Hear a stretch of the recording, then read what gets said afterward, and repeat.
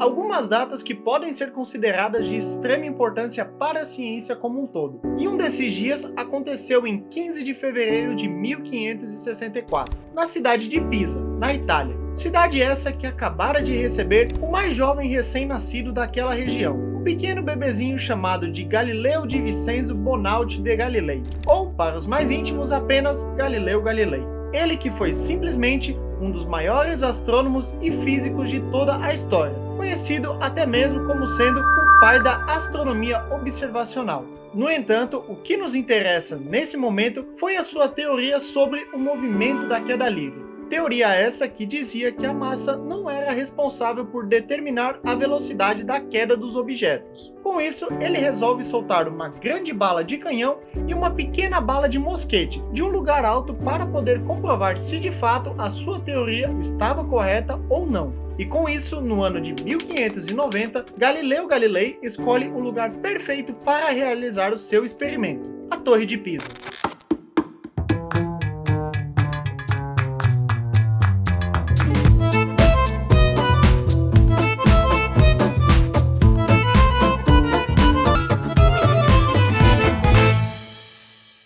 E como já era de se esperar, as duas balas chegam quase ao mesmo tempo ao solo, comprovando assim a sua teoria. E essa foi só uma das histórias pela qual a Torre de Pisa passou, durante toda a sua história. Então, hoje eu te convido a visitar comigo esse monumento tão histórico, entendendo melhor assim a sua história e o motivo dela ter essa característica tão marcante. Tudo isso hoje no Construções Históricas.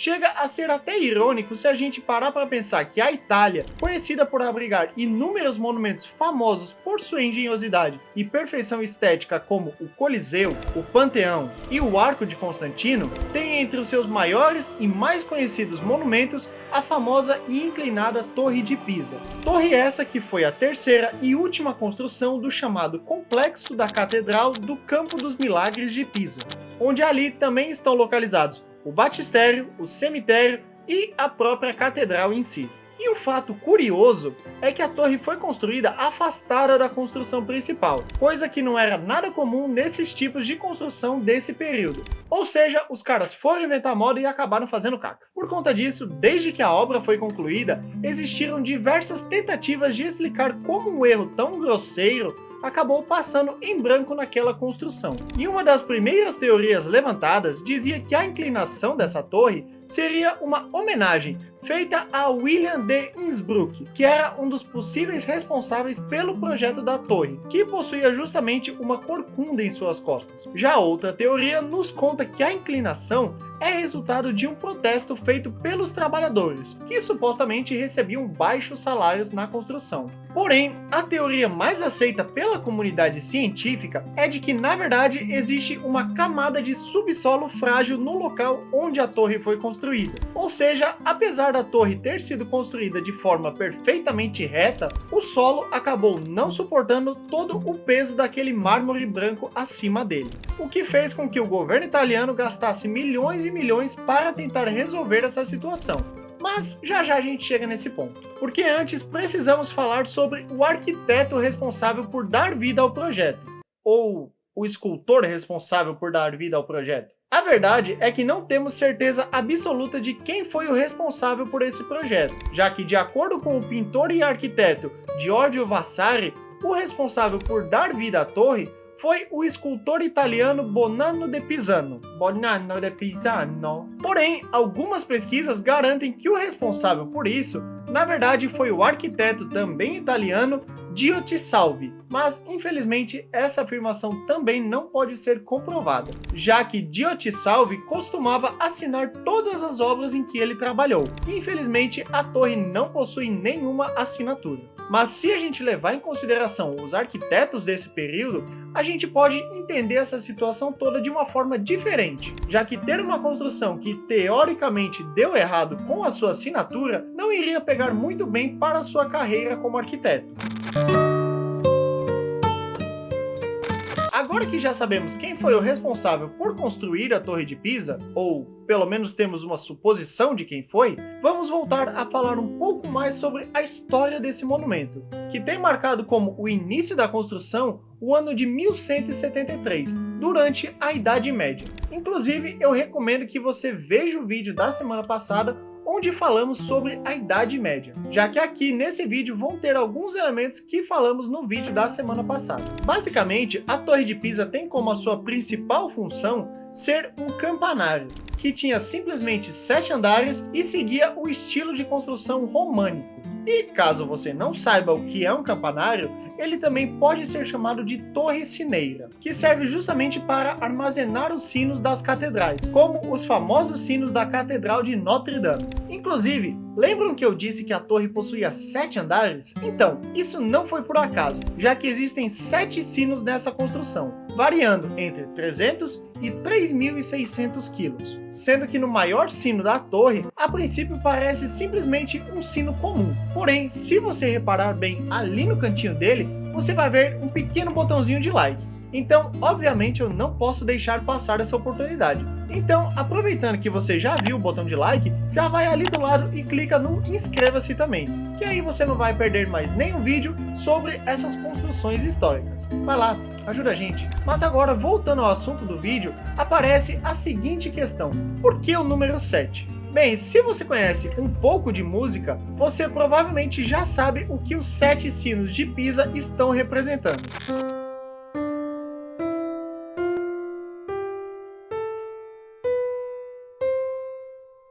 Já para os 7 andares, não existe uma explicação exata para o motivo desse número. Porém, por se tratar de uma igreja, podemos associar essa característica com o fato do número 7 ser considerado um número divino, ou um número perfeito. Número esse que, para a numerologia, caracteriza pessoas espirituais, intelectuais, idealistas, estudiosas e criativas. Mas, caso você esteja achando que a história da torre foi algo tranquilo, sem a necessidade de passar por muitos desafios em sua trajetória, você está redondamente enganado, já que por muito pouco a torre, conhecida como um dos principais símbolos da Itália, quase não sobreviveu até a nossa época.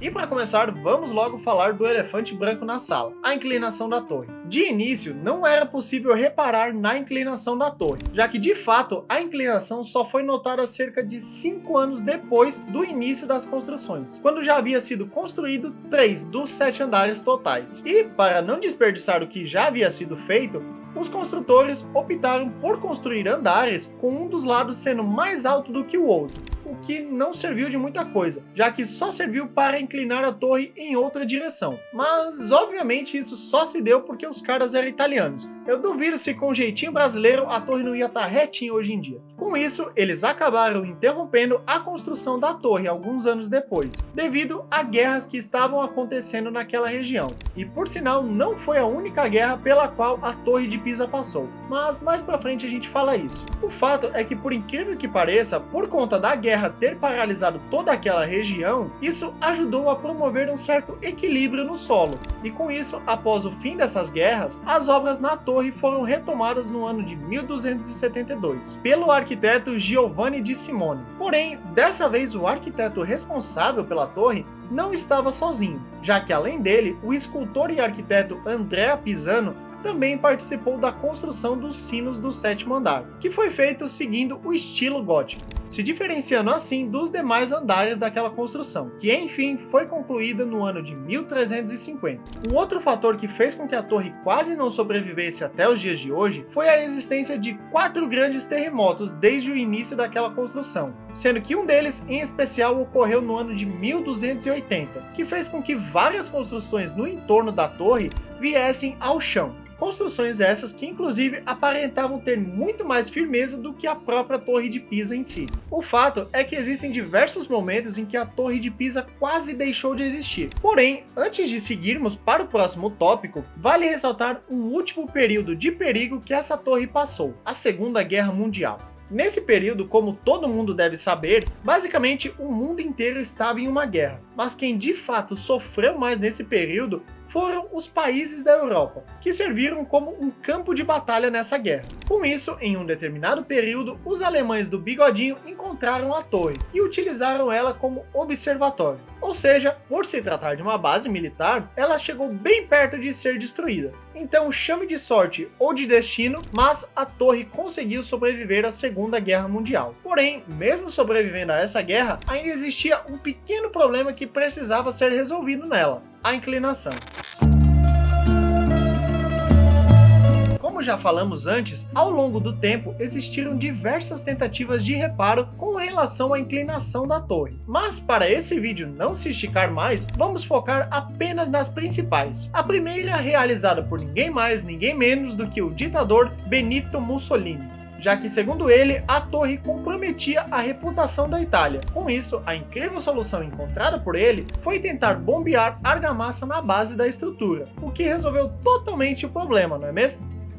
Não resolveu não. Já que, na verdade, ao invés de ajudar, isso fez com que a torre se inclinasse ainda mais, por conta do solo ter afundado devido ao peso da argamassa. Já a nossa próxima tentativa ocorreu na década de 60, onde diversos profissionais como arquitetos, engenheiros, matemáticos e historiadores se reuniram com a ideia de tentar resolver o problema da torre. E a solução encontrada foi acrescentar 800 toneladas de contrapeso de chumbo em sua base, para sustentar assim as 14.500 toneladas totais daquela torre, o que, adivinha só, também não funcionou, fazendo assim com que no ano de 1990 ela atingisse uma inclinação de 5,5 graus, com uma real chance de desabar. Com isso, o interior da torre foi fechada para visitação e começaram um processo de restauração, utilizando assim cabos de aço junto com aquele sistema de contrapeso da sua base, puxando assim ela para o lado oposto na qual ela estava inclinada. Além disso, para tentar resolver a situação dela,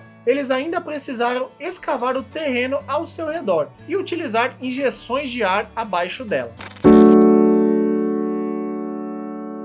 Atualmente, a torre, que foi consagrada como Patrimônio da Humanidade pela Unesco, possui uma inclinação de 3,99 graus, tendo assim uma altura de 57 metros na lateral mais alta e 55,86 metros na lateral mais baixa, ou seja, 1 metro e 14 centímetros de diferença na altura, o que justamente pode ser sentido enquanto você está subindo os 296 degraus daquela edificação. E para finalizar o vídeo, uma última curiosidade que pode chocar vocês: a Torre de Pisa não é a torre mais inclinada do mundo. Sim, a torre mundialmente famosa por ser inclinada perdeu o seu título quando o Guinness Book nomeou a torre da cidade alemã de Surhusen como a mais inclinada do mundo, tendo assim uma inclinação de 1,22 graus a mais do que a Torre de Pisa. E com essa curiosidade terminamos de descomplicar a história da Torre de Pisa, que tem claras referências com estilos da Idade Média, além de ser uma das poucas construções que atraem mais turistas do mundo do que a Torre Eiffel. Dito isso, que cada projeto seu seja uma obra-prima. Tchau!